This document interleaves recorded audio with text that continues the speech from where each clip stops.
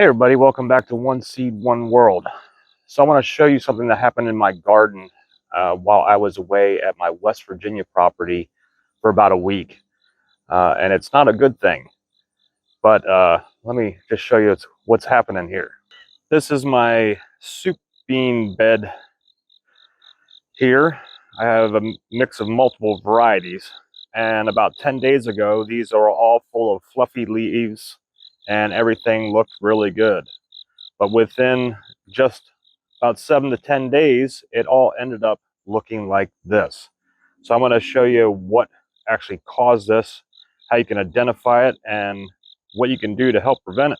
So this is the Mexican Bean Beetle. Looks a lot like a ladybug. It's except for that it is orange to rust colored, but they're the same size as a ladybug, and they've got 16 little spots on their back, very similar to ladybugs. The one difference that you can tell them apart is that a ladybug has a black head, whereas the Mexican bean beetle, the head is the same color as the body. So that's a quick and easy way to identify them if you are not sure. And what it does is it will go and lay eggs on the underside of your bean leaves. And this is what a little egg cluster looks like. Within about a week or so, those eggs are going to hatch and give you these little yellow larvae. And the larva stage is where they do all the damage to your bean leaves. They will eat all the tissue basically in between the veins of your leaves. And when you have a whole bunch of them in there, they can work through a whole bean crop pretty fast. They will skeletonize the leaves. And basically, as they're eating through, it turns into like this lacy looking thing that basically will destroy your whole plant, because without the leaves, you can't get any photosynthesis, and that's going to be the end of your plant. It won't be able to develop bean pods, or if you already have bean pods on, they won't be able to finish developing to finish out because there's no leaves left on the plant. Now with my beds, they went through them pretty quick while I was away. Like I said, the eggs will hatch in about a week in warm weather, and those egg clusters have 40 to 75 eggs in them. So each time you get an egg cluster that gets away from you, 40 to 75 more larvae is going to be in there eating at your plants. And I have bean pods in here, as you can see, but a lot of them aren't finished. With the dried soup bean mix, you leave them on until they are dried and done. And a lot of mine never got a chance to finish. So at this point, I'm going to call it a complete loss for my soup bean beds this year. Now, the other problem I'm running into is that they are now jumped over and have started working on my scarlet runner beans.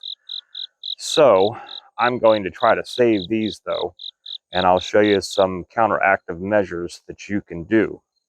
But for these beds over here, I think it's about over, and I think I'm going to go full Braveheart on this stuff to kind of get rid of what's in there. Burn it. I do everything in my garden organically, so I don't use chemical sprays. However, there are a couple of options that you can use as a preventative. The simplest one is just a bottle with some, a spray bottle with some Dawn dish soap in it. You want the regular Dawn dish soap, not the antibacterial kind. Go around and spray the undersides of your leaves. You can also do this with neem oil, which is a good preventative as well. But you kind of have to cover all the leaves. You want to make sure that you are spraying the leaves and not your blossoms. And this can be kind of tedious as well. Any of this work is going to be kind of tedious. I did find that spraying Dawn dish soap directly on the larvae and on the adults does not seem to kill them the way it does, say, like squash bugs, which if you spray a squash bug with some Dawn dish soap and water, they'll be dead in about 10 seconds. But these don't seem to be bothered by it as much. So you'd be better hand picking them off wherever you find them. You'd have to go through your leaves hand pick them, put them in some soapy water, they'll drown. And then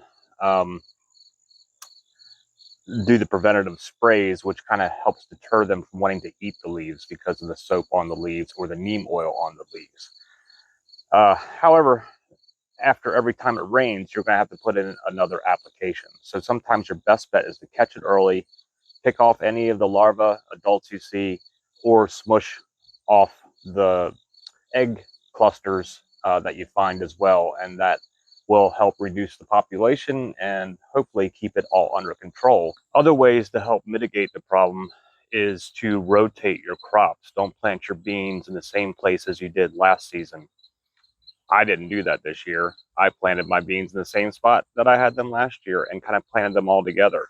It's better if you rotate your crops and also separate them out. Like if you have one bean bed, one part of the garden, put another bean bed somewhere else, because sometimes one bean bed will get hit and the other one will not if they're far enough apart. You can also plant things like different types of flowers around or near or in your bean beds to attract the types of predatory good insects that will eat the larvae, that will eat the adults, things like parasitic wasps, lacewings, and those wheeled soldier bugs, if you've ever seen those. Those like to eat a lot of bugs too. But, you know, you along with nature can fight these if you catch them early.